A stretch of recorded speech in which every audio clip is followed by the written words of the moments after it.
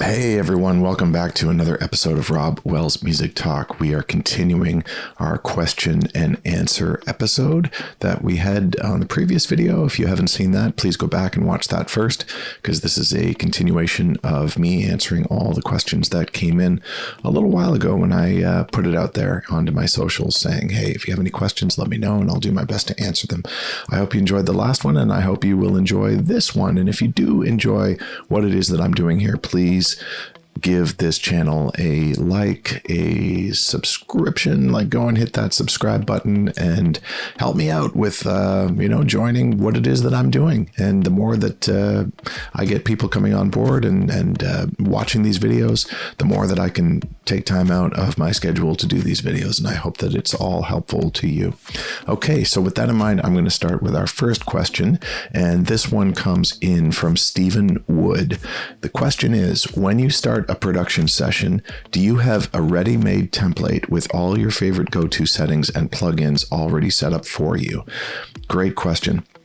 So yes, I do actually. I have a bit of a production template set up so that it saves me a lot of time. I don't have any virtual instruments set up because I never know what I'm going to do on each production. It's on a song by song basis, but definitely I do start by setting up a vocal channel, because most of the time I'm going to have vocals in the songs that I'm making. I'll set up a vocal channel and I'll have my vocal chain set up on there as to what I like to be on that particular track itself. There will be compression, there will be de-essing software plugins, there will be possibly a tiny amount of reverb, a little bit of delay that is very much tucked away. And then I will have all of that being sent to a group channel where I will be able to add more effects on there. I also usually have in my template all of my mastering plugins set up on my output bus so that as I'm programming, everything's already going to things that sound really, really good. If I'm programming drums or piano or anything like that, I just want to be able to make sure that it's loud and proud right away and that it feels really good. I kind of mix and master as I go, if that makes sense. To a point, I get it sounding really good on my end, and then I always send things off to a mixing and mastering engineer. So I think that's about all that I do. I might adjust the EQ on the vocal just a little bit, where I add a little bit of 8K, take down the lows a little bit, and then I'm good to go. But as I say, I don't do any virtual instruments. It's more just setting up a vocal channel, setting up a group channel. Oh, there is one more thing that I do. I always set up a side chain system where I have basically a kick drum sample that is triggering a compressor that all of my virtual instruments will eventually point towards. They'll all go towards this compressor, and the compressor will be triggered by the kick drum. So I kind of add sidechain compression on almost everything that I do. Doesn't matter the style. You can use very little sidechain and compression in there, or a lot, just depending on what you're looking for. So I will set that up. So yeah, those are the things that I do when I open up my DAW and say, hey, let's start a new song, and boom, there's all of that set up. It saves me about 15-20 minutes of work. So why not do that, right? And it's super simple to do. You basically just set up a template. You set up a session and you add in all the things that you like. And when you're ready, you just go and say save template. And when I open up my DAW, which is Cubase, it says what template do you want to open? And sometimes I do empty, but most of the time I will go and open up my production template. Great question, Stephen. Thank you for asking. I hope that helped. Okay, John Paul Patton is now saying to auto-tune Vox or not, and if so, what is the best practice? Great question. Auto-tuning. I have been using auto-tune since it came out. And the first versions, of course, were not that great, but as it's gone on throughout the years, it's become better and better. And what you use for tuning your vocals, that's entirely up to you. I personally use Auto-Tune Pro. There's Melodyne, of course. There's Waves Tune. There's many other ways to tune.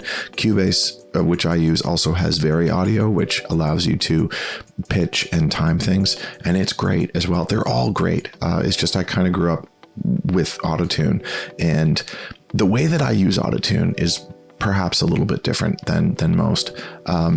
a lot of people will just set up autotune and let it go. Like just put it on the track and set up their variables, set up all the plugin details, and then just let it be. For me though, I don't do that. What I always do is after I've comped my vocal and I'm really happy with the takes, I'll go in line by line and I will load each line up in autotune, not in automatic mode, but in graphical mode, where I can see all the details. I can see the curve, I can see all the vibrato, all the lines connecting to each other.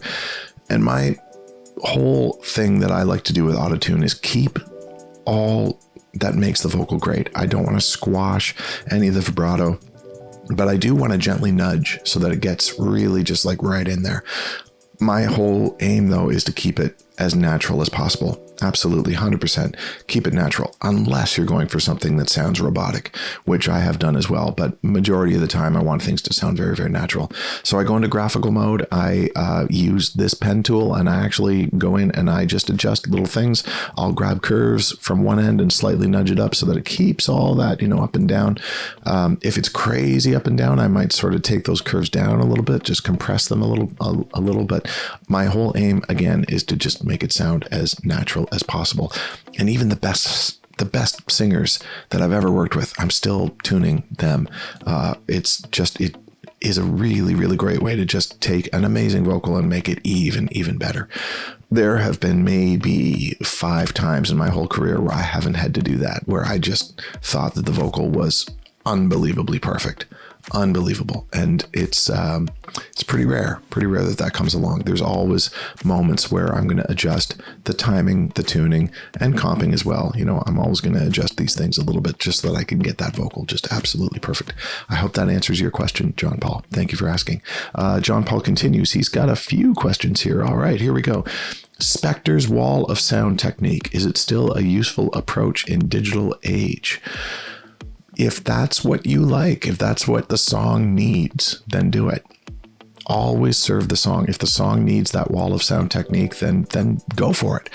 My whole thing always is just, what can you do in the song that keeps it as stripped as possible, yet sounding as big as possible? So how many instruments do you need? How many do you actually need before it starts becoming, too much of a wall of sound where it becomes like a tidal wave of sound and then it drowns out everything else? But then again, there's moments in the song where all of a sudden it could be just like this huge, just this huge moment that comes out and then goes away. So there's, all sorts of little things that can happen. But again, like, is it useful in today's digital age?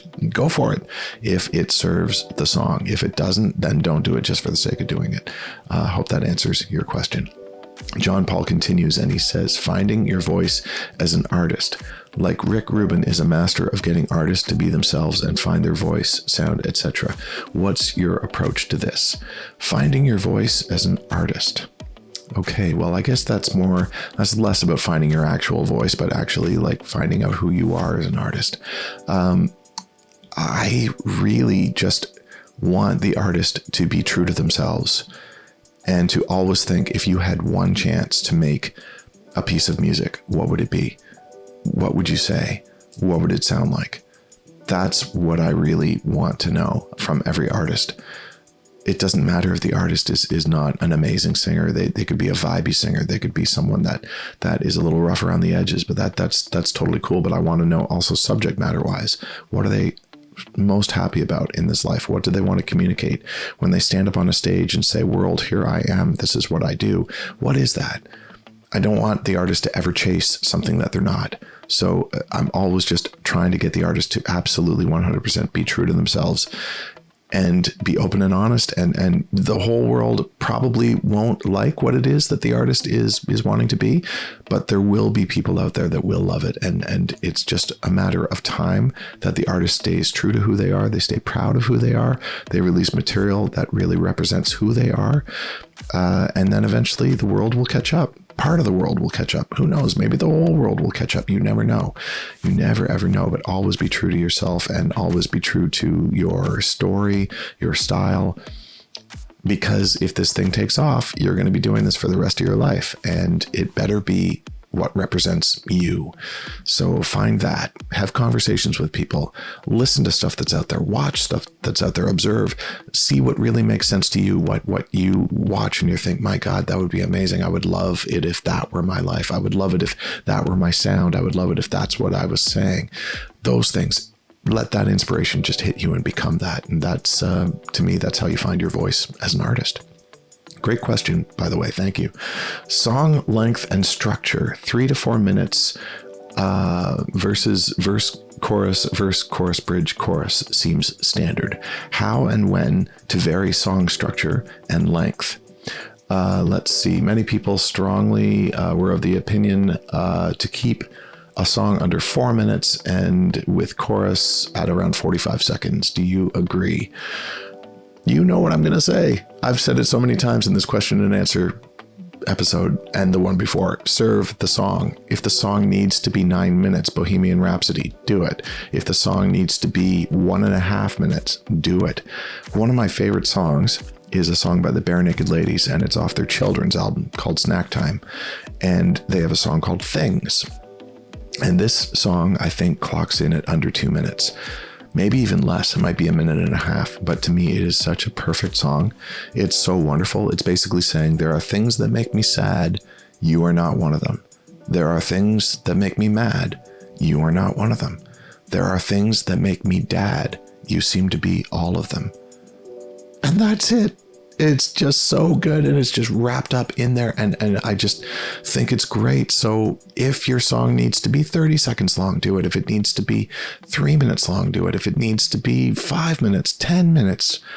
I've heard songs that are way longer that just move me like crazy, and I never want them to end. Just do that. Do that. And yes, if you're releasing songs that need to go to radio, obviously they have a need to keep them short. So if there's a way that you can edit your song down to 3 minutes, that would be great. If there's not, just release it. It's entirely up to you if the song deserves it. If the song feels like, if you're listening to it and you're looking at your watch, well, that's something that you have to address. I heard someone once say this really brilliant piece of advice that said, basically, if you're listening to your song and if you're thinking, oh, there's something in the song that the A&R, when listening, they would probably say no to this. If you feel that when you're listening back, address it right away, change it so that you get the song to a place where you feel like no one's going to say no to this. Everyone's going to feel like it's perfect because I feel that it's perfect. Really get it to that place. There's nothing worse than sitting in a meeting with an A&R and you're playing your stuff and you're thinking, my God, why is that intro so long? Why did I go to that chord? Why am I saying that thing? All of those things, get that fixed before you play it for other people. Get it to a place where you can listen to it 1,000 times and it just feels really, really good. And I hope that answers your question, John Paul. And he continues right here. No albums, just singles in business today.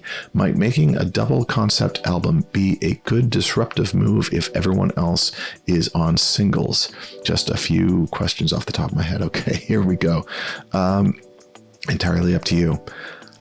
I think if you're just getting started, I think it's really good to release singles. I think it's good to test the water. And it's good to once a month or once every 6 weeks or once every 2 months at max, be releasing something out into the world. It's another chance for you to put up your hand and say, hi world, I exist, I'm here. And you can do lead ups to all of that through social media, through promotion, through branding. You can let people know that something's coming. You can bring them behind the scenes to show them how you created this song, the whole process, the recording process, the writing process, the releasing process, uploading it. Just take people on this whole journey. And then once the song's out, celebrate it and let people know multiple times that you have the song going on. Make a video for it, make a lyric video for it. And then, your full video with you featured on it. I would do multiple videos and then start gearing up for the next song. I would keep doing this until you start to gain traction and start to get a crowd around the world that is listening to your music. Once you get substantial amounts of numbers coming in on your socials and on your streaming, then maybe it's time to switch from singles to a record, because then you've got guaranteed amounts of people that are already listening to your stuff, and boom, you can just release you can do your double album if that's what you want to do. It seems like a lot of work, but if you're creating that amount of work and it's just coming out nonstop, then just always release double albums. If that's what you love to do, just make sure that you are trimming the fat. Always make sure that you are not just releasing a double album just for the sake of releasing a double album. Only release your greatest hits. So write 1,000 songs and find your top 20 songs in there and release that. That's what you should be doing, rather than just releasing the last 20 that you wrote, because I guarantee they're not your strongest songs. Nobody's songs are like that. Even Prince, I'm sure, had tons of songs that just never saw the light of day and would only release his greatest hits. So yeah, singles first, and then once you gain traction, once you get the numbers coming in, then release albums. And again, this is just my opinion, entirely up to you what you want to do. And there might be other people out there in the world that think, I don't like that advice. All good. Just follow your heart and see what makes sense to you. Hope that helps answer your question. Okay, verses being same structure as a convention. How important is this? Okay, so with verses, or with teaching people your song, I think that's very important. I think it's really important that you come out with your verse and then possibly a pre-chorus if you need one, and then into your chorus. And then you come into verse 2, pre-chorus, chorus. I really want, by the time we come into verse 2, I want people to really love the song. And then by verse 2, I want them to hear the same thing again with some slight variation this time. But I want them to think, oh, I've heard that before. I liked that melody that I heard before. I'm going to sing along this time. By the time we get to the second chorus, I want them to really just know it and love it. How do you do that? It's through repetition. Now, repetition is important, but also giving gifts to the listener is important. To say, thank you for being here. Thank you for listening. You've been around for the whole first part of the song. You've made it through the chorus. If you're going to continue, I'm going to give you the verse again, but maybe some slight tweaks. I'm not going to completely change the entire melody or the song idea, concept, anything like that. I'm going to give basically what happened before melodically and chordally with maybe some slight tweaks in there so that the listener feels like there's a bit of growth, like I'm giving them a gift. That's what I'm always trying to do. So there's that example. Then there's other examples where people go completely away from the structure, and maybe after the first chorus, they don't go to second verse. Maybe it's a shorter song like we were just saying before. Maybe it's one where it goes from the chorus to the bridge, and then on final chorus, maybe there is no second verse. Maybe just the first verse is all you need. So again, serve the song. Hope that helps. My next question comes from Philip Alexander. And he is asking, how do you make a song sound good? That's a great question. Well, I'll answer that really simply by not making it sound bad. There you go. There's my answer. But no, in all seriousness, how do you make a song sound good? First, write the song. Write the song to a place where it moves you like crazy, where you feel, wow, what have we done? What have we made? Or what have I made? Or anything like that. Just make the script, make the song absolutely amazing. And then go and make a recording of it and really make sure that the recording represents the song. Make sure that it still has that same heart that it had when you were writing the song. And try to make it a simple production. Try to make it so that the song is so good that you don't need a crazy production, and then make that production nice and simple, and make sure that it has dynamics. Play it 1,000 times and see if there's anything that's bugging you in the song. If there is, address it. That's basically how you make it sound good. And then great mixing and great mastering, and play it for lots of people and see what they think. Say, were you able to understand what the song is about? How did it make you feel? Could you hear the vocal? Did you like the musicality behind it? Did you feel like there were moments where it got more, dynamically huge, and just like, did you feel like you were on a bit of a roller coaster when you heard this song? Just ask these questions, see how people feel. And if people are coming back to you and saying, this song's not really moving me, move on to the next one. Don't keep going back to that song and working it and working it and working it and working it and reworking it and doing that. I really think just move on to the next song and to the next song and to the next song until you get to that song where it just has ticked all the boxes. I think that's the way to go for sure. The other songs, they're not wasted. You're learning something from all of those songs. So just keep moving forward and wait until you find the gold, and then start releasing the gold once you've got enough of it. Hope that helps answer your question. Sarah O'Callaghan, she is saying, what is the best way to approach learning synthesis? I understand what you can do, but still overwhelmed by the amount that can be done. Fantastic question. I love synthesizers. I always have. I was a kid when we got our first synthesizer. We were borrowing it from a friend of my brother's named Peter Brown, and he lent us his synthesizer, and we couldn't believe that we had a synthesizer in front of us. This was in the early 80s, and it just looked like a time machine. It looked like, spaceship controls basically in front of me, all these knobs and switches and levers and all of that. And we just were so confused by the whole thing.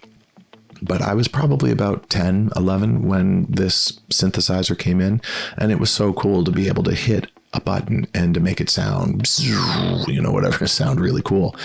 We didn't know the rules, and we just started getting in there and started playing notes, and also, taking the knobs and turning them and just seeing what each thing did and making tons of mistakes, to the point where the sounds that we were making were completely unusable, but we were having fun. This is what I recommend to you, is to get yourself either an actual synthesizer or get a virtual synthesizer that allows you to go in and start adjusting all the buttons, all the knobs, all the switches, all the faders, and just have fun and make mistakes. And this is how you learn. This is totally how you learn. It's like saying, well, how do you learn how to walk? Well, a baby has to crawl first. A baby has to first get the muscles to turn over and then to lift up their head, and then, start to move their arms in such a way, and then start to crawl. And then from crawling, then you have to learn how to stand. And then from standing, then you have to learn how to balance and then take a step and move forward. It's kind of the same way. You have to fall lots of times in order to move forward, in order to learn how to walk and then to learn how to run. That's the way. And with a synthesizer, you go in and just really start experimenting and seeing what each thing does. I could go deep into what each portion does of synthesis, but really, we'd be here for 2 hours talking about that, maybe longer. But just literally just go through and spend a day just working on one section of the synth. Don't start adjusting all the knobs. Just work on one little section. Load up a sound and see how you can manipulate it. See how you can change it. See what it does when you use one little switch or one little knob, and what happens if I turn it all the way to the left? What happens if I turn it all the way to the right? And try it on multiple sounds, multiple presets that are in that synth, and see what happens when you start doing that. Eventually, when you do this enough, you'll remember, oh, cool. If I'm looking for a sound that sounds less bright, maybe a little bit longer, I know the two areas where I have to go to adjust that. Once you start doing that and it starts, going months into this, you're going to become a master of synthesis and knowing how to dial up any sound that you want using just a few little switches and knobs. I have a great keyboard that is made by Yamaha. It's called a Yamaha Reface CS, and it's pure synth. You can't store any of the sounds, which I love, because if you move your knobs and switches to another setting, you've lost that sound. You have to remember how to get back to it. So that's a great teacher as well, where you can't save any presets. Virtually, I love Arturia's Jupiter 8 synth.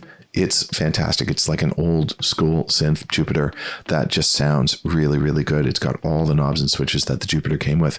It has the ability that you can save your presets, and it also has tons of effects built into it. So not only can you get your great sound, but then you can start adding crazy stuff like distortion and chorus and phasing and you name it. Just all of these things that we did back in the day have to plug in guitar pedals after the keyboard and start manipulating it that way. It's just kind of all built into the Arturia system. But I hope that helps answer your question, Sarah. Thank you for asking it.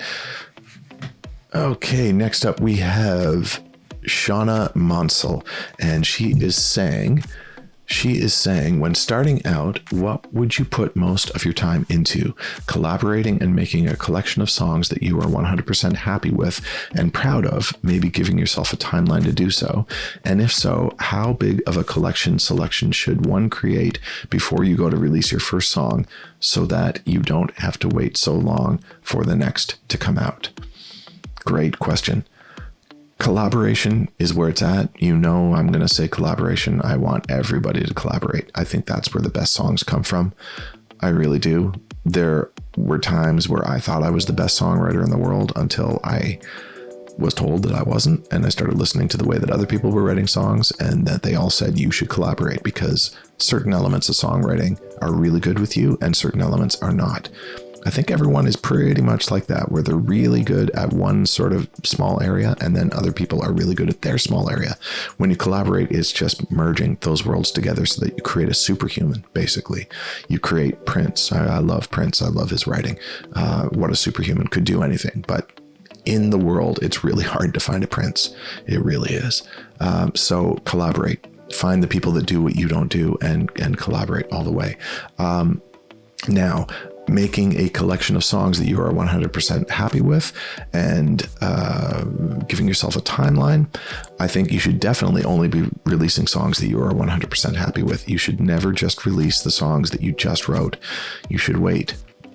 And you should write and write and write and write and write and don't stop writing, because it's just a game of numbers until eventually you get the song where it's like, clearly this song is heads and tails above the others. That's what you want to wait for. You want to release your gold. You want to release your greatest hits. So write and write and write, and don't give yourself a timeline. Wait until you've got 10 songs that are unbelievable. And it's okay that the other 90 songs didn't make it. It's totally okay, because the other 90 led you to the 10. That's a really good ratio. 10 out of 100. You would play the lottery every time if you knew that winning was 10 out of 100. You totally would. I would. I play the lottery sometimes and it's 99 million to 1 and I still play it. So 10 out of 100 is not that bad. But yes, you have to release your gold. Don't give yourself a timeline, because then there's pressure. Just be creative. Be writing your best songs. And if you're worried about, it's taking too long, don't worry about it. Just keep the process going. Eventually, you're going to become better and better at this. And maybe your ratio will start to come down. Instead of it being 10 out of 100, maybe you've got 20 out of 100 that are really, really strong. Maybe eventually, God forbid, you get to 50 out of 100. You get 1 out of every 2 songs. That is really incredible. Who knows where your future is going to land? But definitely always be writing, and don't give yourself a timeline, so that you keep creativity as your number one priority, and the quality of song as well. Hope that helps answer your question. Shauna has another question here. It says, do you have a handy step-by-step instruction as to how to set yourself up correctly as an artist that is releasing songs? And or what is best to come out first, singles, EPs, or albums? Well, that's a whole episode unto itself. But with being an artist, I would definitely first release singles all the way. If you're just starting out, let the world know who you are single by single, because it's just an opportunity every time for you to gain traction and to get other people to notice you song by song. If there's something new coming out every 2 months, then it's another chance for you to get on playlists. It's another chance for you to get into the algorithm. It's another chance for somebody to come along and say, I really like this 3rd song that you released. Oh, cool. They have 2 other songs that they released before. Let me go back and check them out. And if they're in the same vibe, if they're under the same umbrella as the 3rd song that you released, then you're good, because people are going to think, I really loved that 3rd song. Song number 2 is just in the same vibe, and I really love that because it feels so much like song number 3. Song number 1 also, wow, it's incredible. Now you have 3 times the amount of chances for people to come in and be listening to your stuff. But definitely release singles, and as you gain traction, as you get the numbers, when you get a big following, then start releasing albums for sure. But to set yourself up correctly as an artist, I would say always believe in who you are. Really make sure that what you are doing, what you are releasing, is 100% believable and authentic to you. Don't follow trends. Don't follow anybody's advice where they're saying, you should be more like this, you should be more like that. Follow what it is that you are, because you've got to keep yourself happy for your mental health. Believe me, absolutely. Great question, and I hope that helps answer your question. Next, we have Nicholas Amato. Nico, how are you? What are the core principles or golden rules that you will never break when it comes down to songwriting and production? That is a great question. I will say that I will never let something go out of my hands until I believe fully in it, until I can do nothing more to this. I have to love this song so much. I have to be so proud of it. I have to stand behind it and not be ashamed in any sort of way. I have to understand the song. I have to feel something about the song and want to return to it and go listen to it in my car and feel the same way. Go listen to it in multiple different places and just be proud of it. That's really what it is. And also with the production too, I have to be very proud of all of it. I have to stand behind it 100%. When I was first getting started, I probably didn't fight the good fight as much as I do now. And I learned to regret it, because every time that I would hear that song, I would think, we should have worked a little bit harder on that section. So yeah, that's my thing. I definitely make sure that is always happening. So I guess you could say that is my core principle. Always be proud, always be happy, always feel like you gave everything that you could to this song and you could do no better. And you then release that. I hope that helps answer your question. Great question. Spencer Brill says, how many online classes are too many?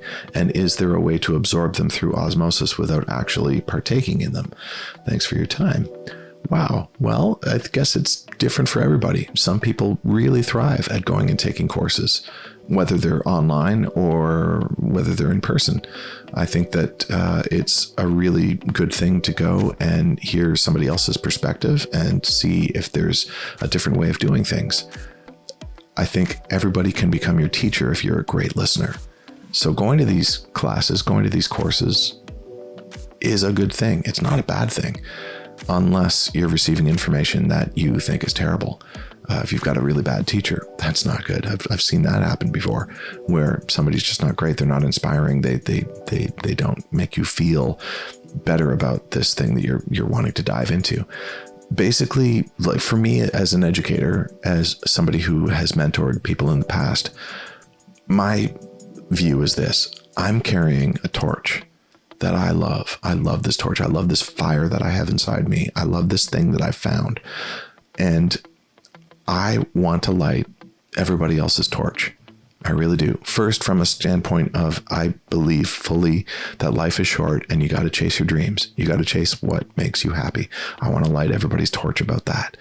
Then I want to show them that there's a way to get from point A to point B a lot faster. I want to light their torch about that. I want to show them little tips and tricks of things that I do in order to make my job, my career a lot easier. And so I want to light everyone's torch about that. And it's fantastic when other people receive it and they've got their torch lit and they feel like they can go out and they can now tackle this crazy industry. So if that's something that is useful to people, then absolutely go forth and do these online courses or in person. I think it's great. Other people need to find their information other ways. Maybe it's just living your life. Maybe it's just perhaps you going and doing things.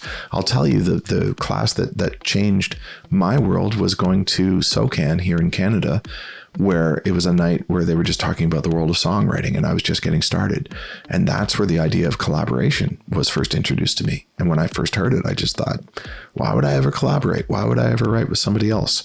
But they told us about the benefits of co-writing, and I accepted it. And I just thought, well, that's a really interesting thing. It's kind of like I saw a new color that I'd never seen before. I'm going to try it. And it changed my world. The minute that I started co-writing, everything changed.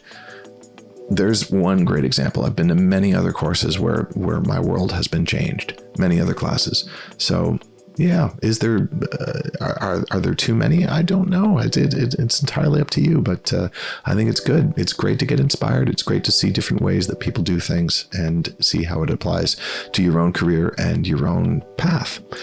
Great question. Thank you for asking. I hope this helped answer it. My last question for episode 2 of my Q&A is from Rachel Shaw. And she says, what do you use for solo piano compression? I've used Waves CLA-2A. I also have the Isotope Suite, but anything specific that you can recommend would be amazing. I too use Waves plugins. I use a lot of different plugins, but I do use the Waves Renaissance compressor for compressing my piano. And the way that I do it is I just basically find my peaks. I find out where the piano is getting the loudest, and I bring my threshold down to that. And then my attack is never set to the bare minimum. My attack is always set up to be, I don't know, maybe 60 or 100 milliseconds, that sort of thing, because I want to make sure that when I hit the piano that I get the initial hit, and then I want the compressor to kick in after that. So I want the decaying notes of the piano to be brought up, but I want the initial punch of the piano to be there, to be present. So that's kind of the way that I would compress a piano in there. Quite often you could even use 2 compressors. You could do lots of different things with the compression, but yeah, that's what I do for solo piano compression. It depends though. Like if I'm with a whole band and the piano is there, then I might really heavily compress this thing where it's beyond just the threshold of where the peaks are in the piano playing. I might really squash this piano so that it's just like all the highs and lows are brought in like that, and then bring the whole level up so that it can actually compete with the rest of the band. But if it's just solo, then I would definitely do some slight compression, making sure that the attacks are present, and then the rest of the piano notes are brought back up. So I hope that helps answer your question. And that is it for this video. I hope this was useful. Lots of different questions from different people, but maybe you can take this information and apply it to your own career path and your own knowledge within music production and songwriting. It's been my pleasure to be here answering these questions for you. If you have any more questions, please write to me and I'll make another episode of these Q&As. And yeah, hope you enjoyed it. Please don't forget to subscribe and like this video because it helps out with the whole algorithm and makes it so that I can do more of these things. Anyways, thank you for watching. Until next time, take care.